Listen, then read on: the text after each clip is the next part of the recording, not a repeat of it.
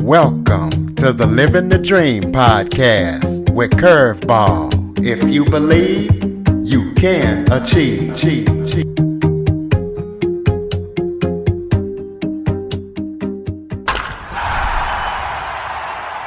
Welcome to the Living the Dream with Curveball podcast, a show where I interview guests that teach, motivate, and inspire. Today, I am joined by special guest Jay Gladney. Jay is the founder of G5financial.com. Jay specializes in helping challenged credit Americans obtain and qualify for low-interest mortgages in 120 days or less. So we're going to be talking all things credit in this episode. Jay, thank you so much for joining me today. Thanks for having me. Why don't you start off by giving everybody a little bit of background about yourself? Okay. Briefly, the way that I got into what I do now is I had started a business in 2012. So it was a group home for adults. It was going really well. I brought on a partner and we ended up having some disagreements. So it just so happened that I was married at this time, newly married, had a son on the way, and I ended up in court with this business. So I actually ended up losing this business to the person that I brought in. And a couple years after that, I ended up going through a divorce. So it's like everything was just going wrong for me, or so that I thought. My credit got trashed in the process of all that. I had a lot of things commingled. I didn't have it in the business name like I should have. So it was just a big learning lesson.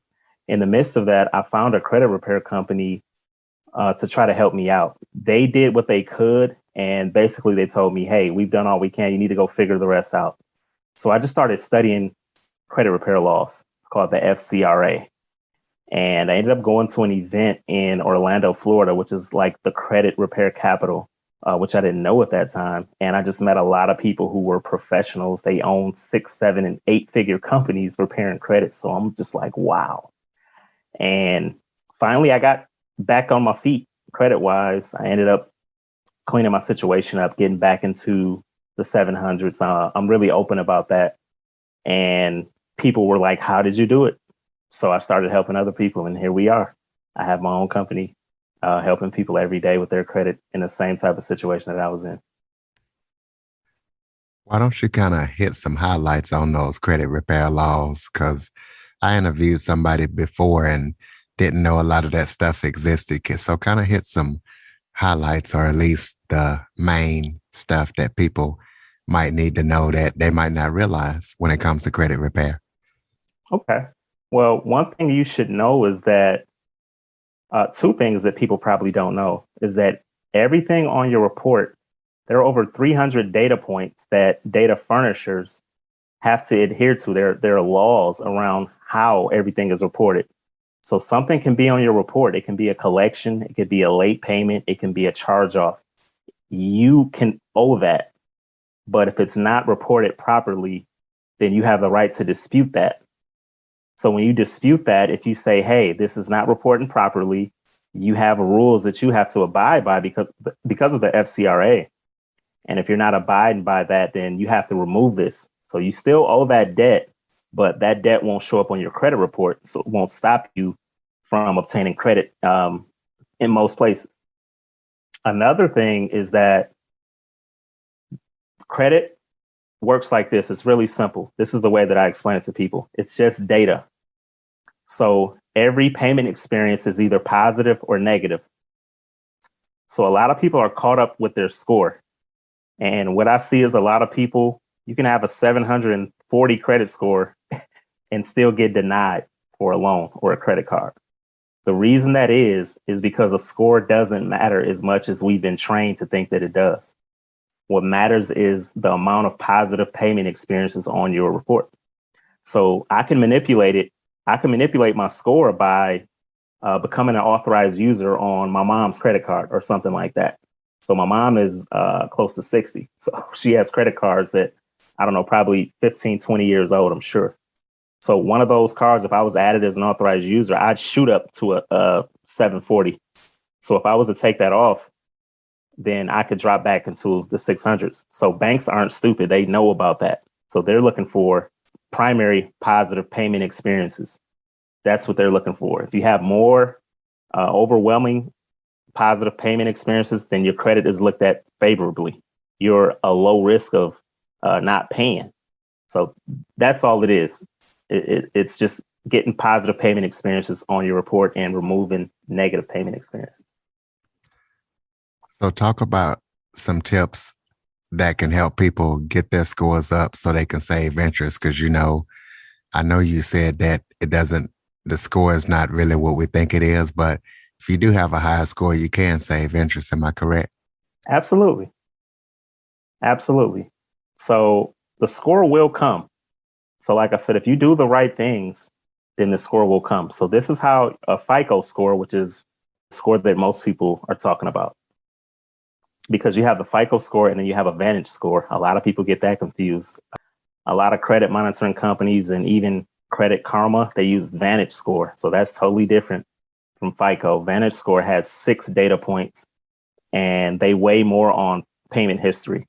FICO, the overwhelming factor is payment history. So that's 35% of your score. The second most crucial data point is your utilization.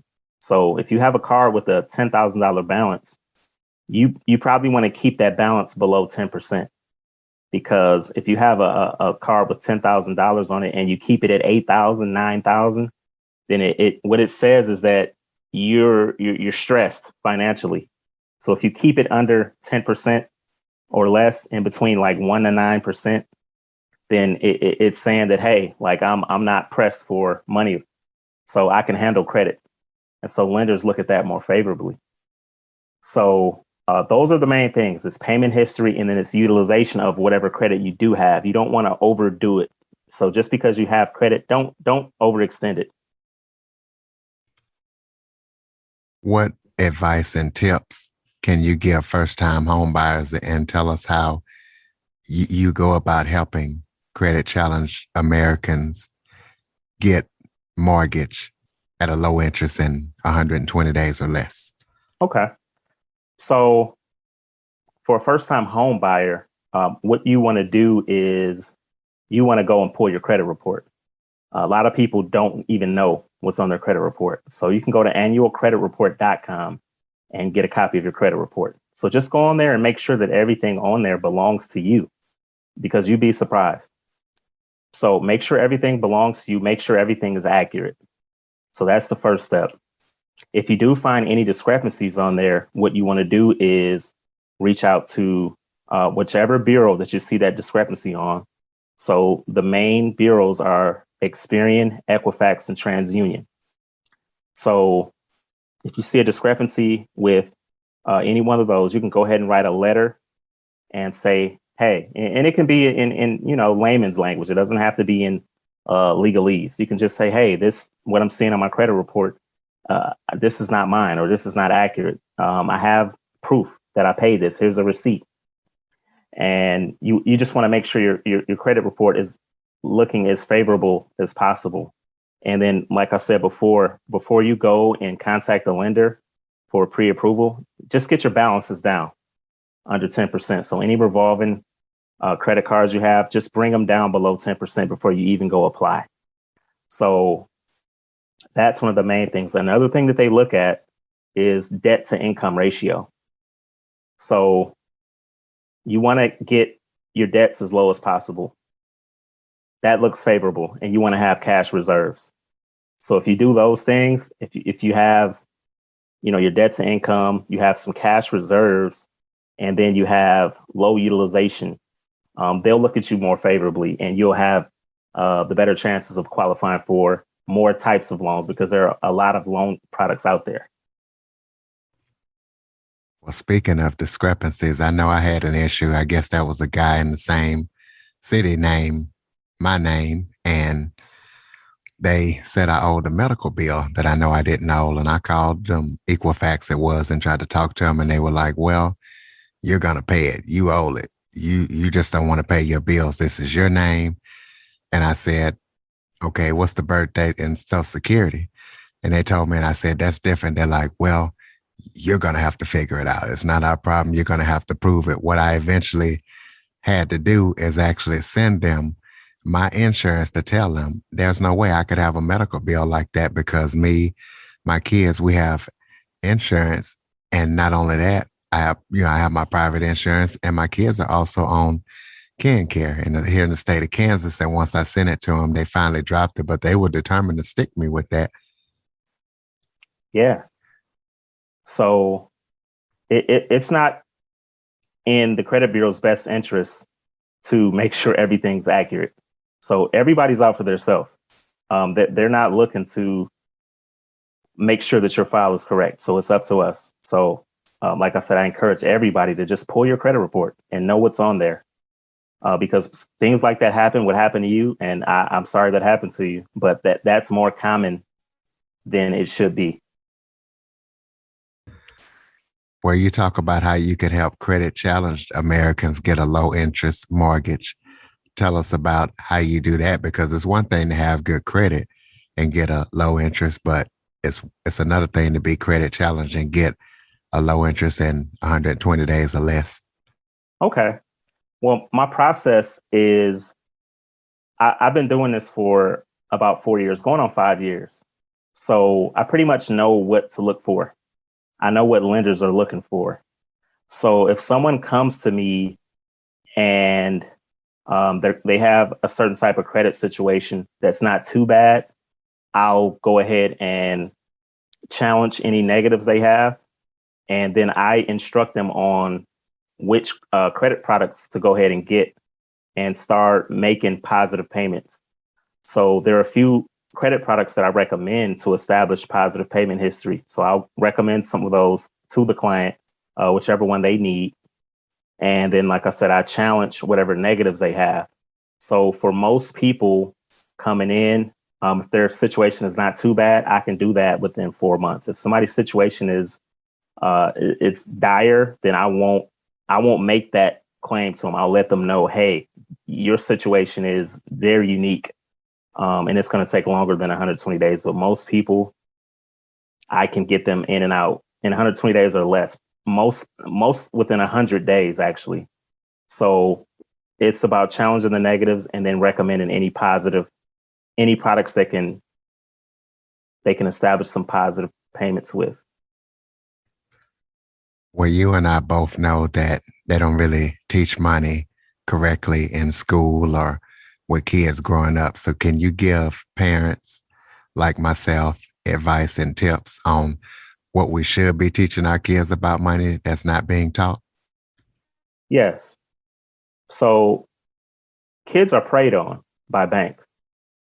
And what banks desire to do is to turn you and I and our kids into an asset.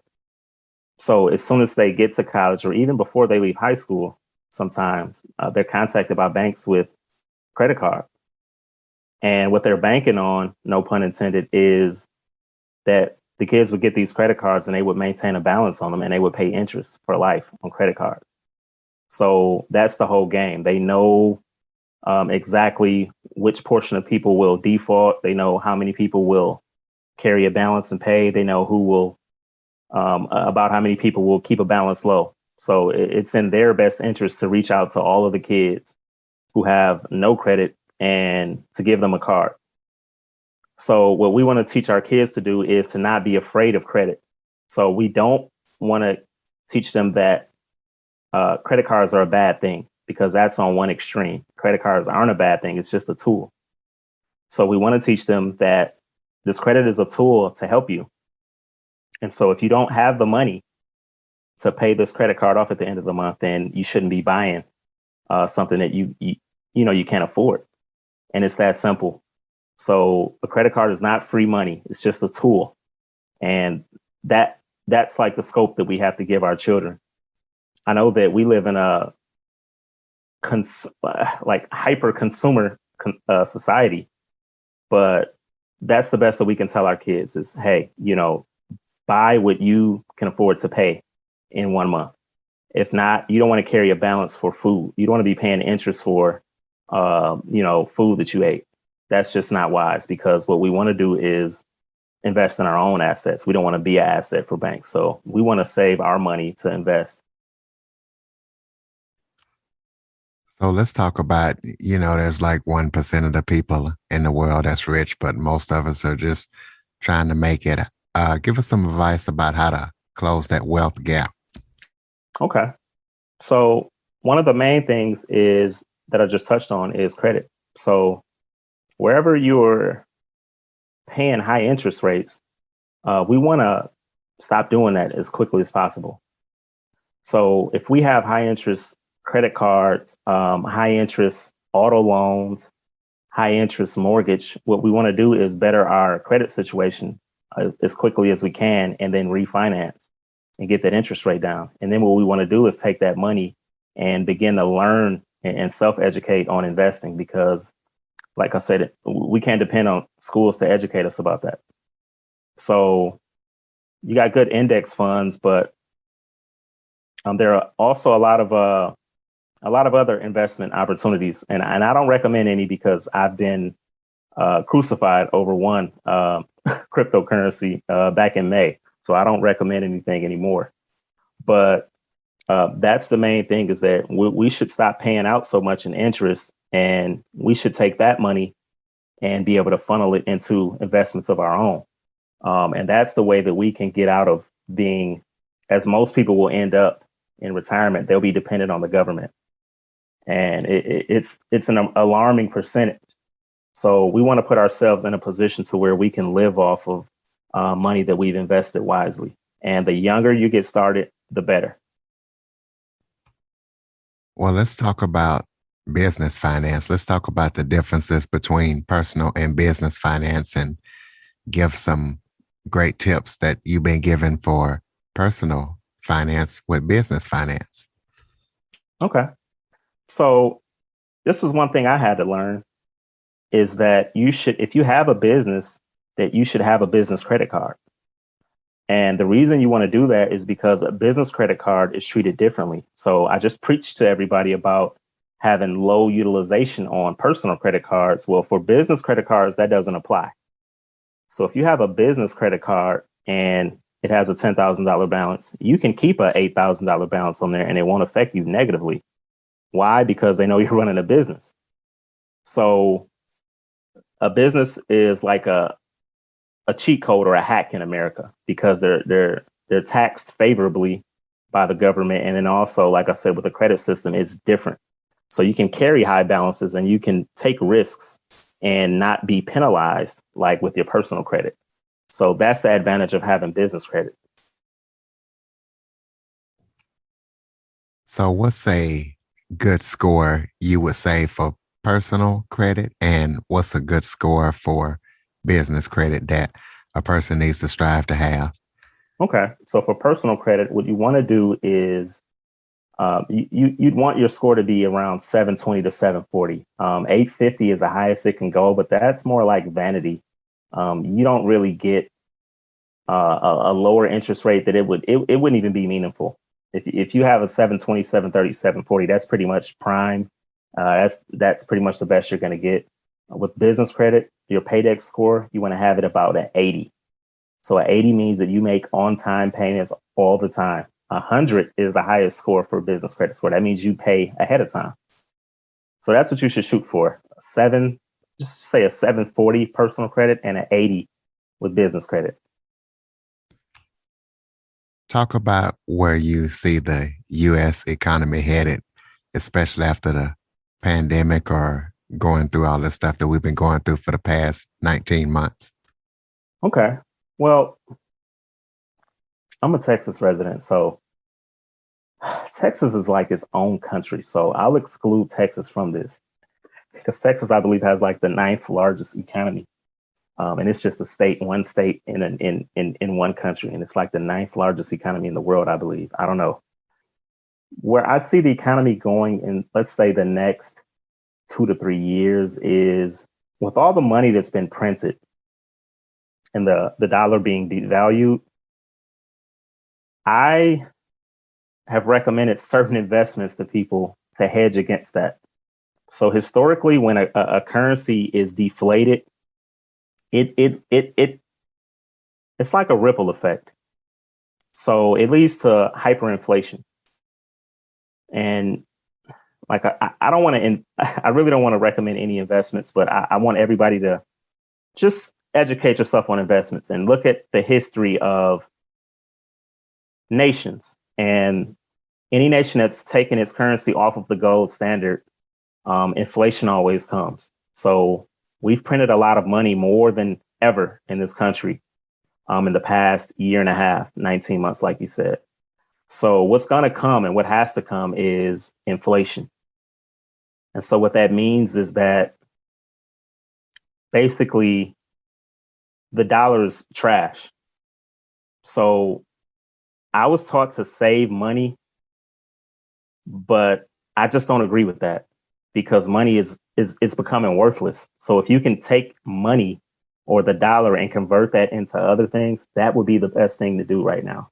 Because the people who aren't doing that are gonna be on one side of the wealth gap. And my goal is to close the wealth gap and to educate people on how to use credit and how to invest. But there are some people who, for whatever reason, won't do that. So they're going to be on one extreme of this wealth gap, and then there's going to be the people on the other extreme. So there's only going to be the haves and the have-nots eventually. That's what's going to happen in this country. That's what I believe firmly. So I understand that you don't want to make one specific investment recommendation, but can you give people who might not know about investments but wants to look into it, like Investment for Dummies, can you give at least some websites or some resources where they can start checking into investments and making their own decisions? Sure. One book that I can recommend is Poor Charlie's Almanac, and that's by Charlie Munger. And that's like Warren Buffett's protege. So that's what I'll recommend to everybody. Poor Charlie's Almanac. As far as investing, I would say it's not a particular website, maybe Kiplinger's, but I would just watch the market. Just take a couple minutes every day and just watch the market and watch the trends. Watch it. There's actually a correlation between the pandemic and Bitcoin. There's been a correlation with the pandemic and Bitcoin and how it's been going up and down. So that's a good thing to look at. Gold and silver. It's really interesting how they've been moving. So study that. And I just always recommend that people study history because the same thing is it's cyclical. The markets are cyclical. So the same thing is just happening over and over. If you were around in 2008, you saw what happened with real estate. There was a drop. People thought the market would never return, and then it came back. So a lot of things are repeating again. And in times like this, when a lot of people are fearful, it's really a good time to buy. So that's what I recommend to everybody is just to educate yourself enough. Like I said, Poor Charlie's Almanac is a great book to start with because they're like, as far as investors go, they're some of the best. Charlie Munger and Warren Buffett. So that's a great place to start. So tell us about g5financial.com. Tell us what a person can expect when they use your service, and is your service local or just is it nationwide as well? Okay. Well, what a person can expect with my service is I've been intentional about bringing on bilingual staff members. So I'm the only staff member who's not bilingual. So one of the statistics is that 70% of new homes are going to be bought by the Latino demographic in America. So I'm positioning my company to be able to cater to Spanish speaking and English speaking people. So that's one thing that I put into place. Another thing is that a lot of people who pay credit repair companies, the number one complaint that they had is they didn't know what was going on while the process was happening. So I have a lot of touch points as far as communication. So I have automation that I've invested in. And then also once a month, anybody who's a member or a client can set up a 15-minute call for an update. So have a software that they can log into and see what's going on real time. But if they just want to hear a voice one time a month, they can do that. So that's the main thing that a person is getting with my service. And then, like I said, I have a guarantee. So I like to manage expectations. I don't say, hey, I can just do a miracle for everybody. Everybody's situation is unique. So if I bring you on as a client, I'm saying, hey, I can get your situation done in 120 days or less. And if I can't, then I'll give you your money back. So there's a certain level of confidence that a person can have when they become a client of mine. Do you or your company have any other upcoming project that you're working on that people need to know about? Yeah, well, the main thing that I'm doing right now is forming partnerships. So I'm always looking for realtors and lenders who have credit challenge leads. So I reach out to about 100 people every day by email or phone. And I'm working with some of the top realtors in America right now. Another thing that I'm doing is uh, one major factor with the wealth gap in this country is the incarceration rate. So I believe there are over 1.5 million people who are incarcerated in America. So I reach out to reentry programs and I'm looking to help people who are being reinserted into society that have credit issues. So I donate my services when I can to people who are coming back into the community because I know how important credit is for a person who is out here and has been established and life happens to us. So for somebody coming out of prison and may have credit issues and employment issues and housing issues, that can be overwhelming. So that's one thing I'm intentional about is just partnering with reentry programs and just helping people to stop the recidivism rate, give people a fair shot at making it.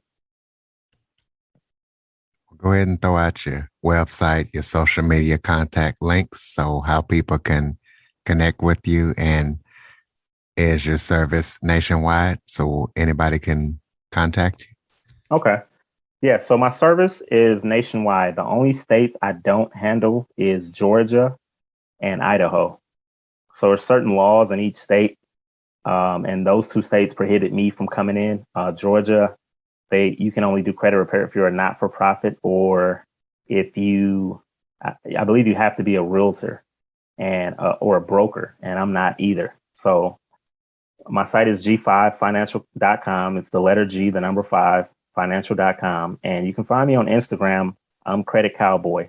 So I'm stationed in Texas, the great state of Texas, but I do help clients all over Florida, New York, Wisconsin, Illinois, Phoenix. I work with lenders, California, Vegas. So I work with people all over, anywhere the credit system, even Puerto Rico. So like I said, the only states I don't deal with is Georgia and Idaho. But yeah, you can find me Credit Cowboy on Instagram and g5financial.com is the website. Well, give us your thoughts on bankruptcy. Okay. My personal opinion on bankruptcy.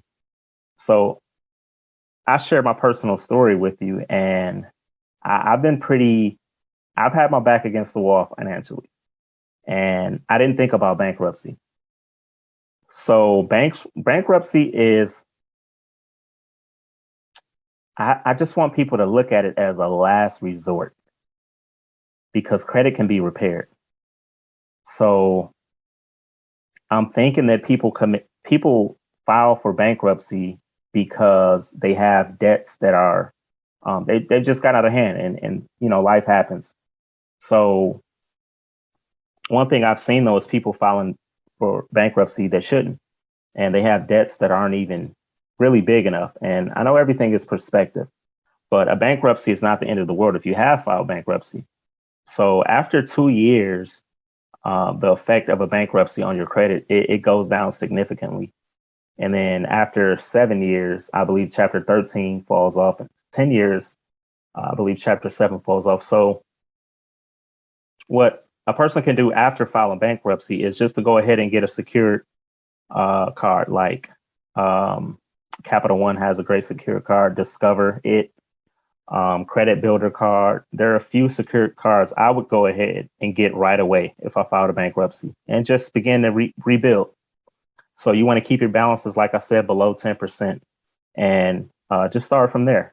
And eventually, after enough positive payment experiences, you'll be able to get unsecured credit again. So bankruptcy is not the end of the world.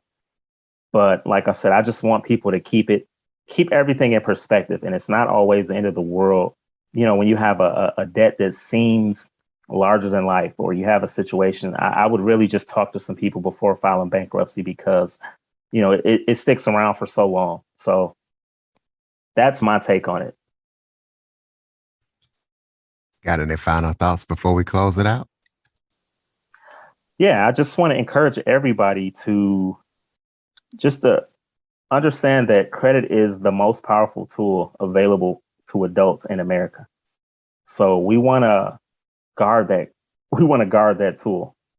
And we want to make sure that we nurture it and take care of it because leverage is what can get us ahead. So most of us have families. I have a 7-year-old son.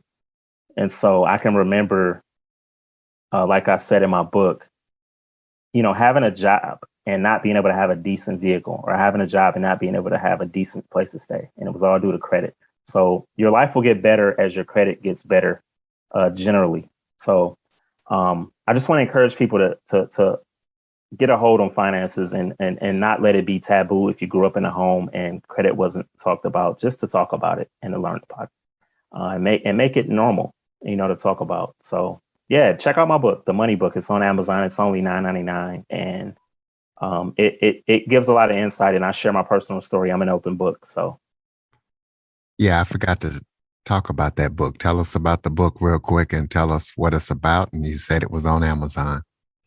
Yeah. So it's called The Money Book. So some people are in situations where they can't afford my services. So I got a book out there and I give you most of my method, and it's $9.99.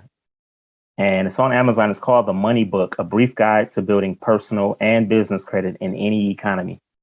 And it just breaks down my own story. So you'll see that I'm qualified to talk about what I'm talking about first, because I've been in a situation that's pretty extreme. Most people probably won't have to be in a situation as extreme as me. So like I said, I lost a business and I didn't have a source of income for a certain amount of time. And then I went through a divorce 2 years after that. So that type of situation everybody can't handle that. And I was able to find my way out. So in that book, I go through that and I just showed how I got my credit back into the 700s and how my life changed with that. So like I said, it's called The Money Book, A Brief Guide to Building Personal and Business Credit. And it's on Amazon. So, ladies and gentlemen, the credit cowboy himself, Jay Gladney, G5financial.com. Jay, thank you so much for joining me today. Thanks for having me. Listeners, please follow, rate, review, share this episode to everyone you know after listening. Android listeners, go to the Google Play Store and download the Living the Dream with Curveball podcast app. Yeehaw. For more information on the Living the Dream podcast, visit www.djcurveball.com. Until next time, stay focused on living the dream.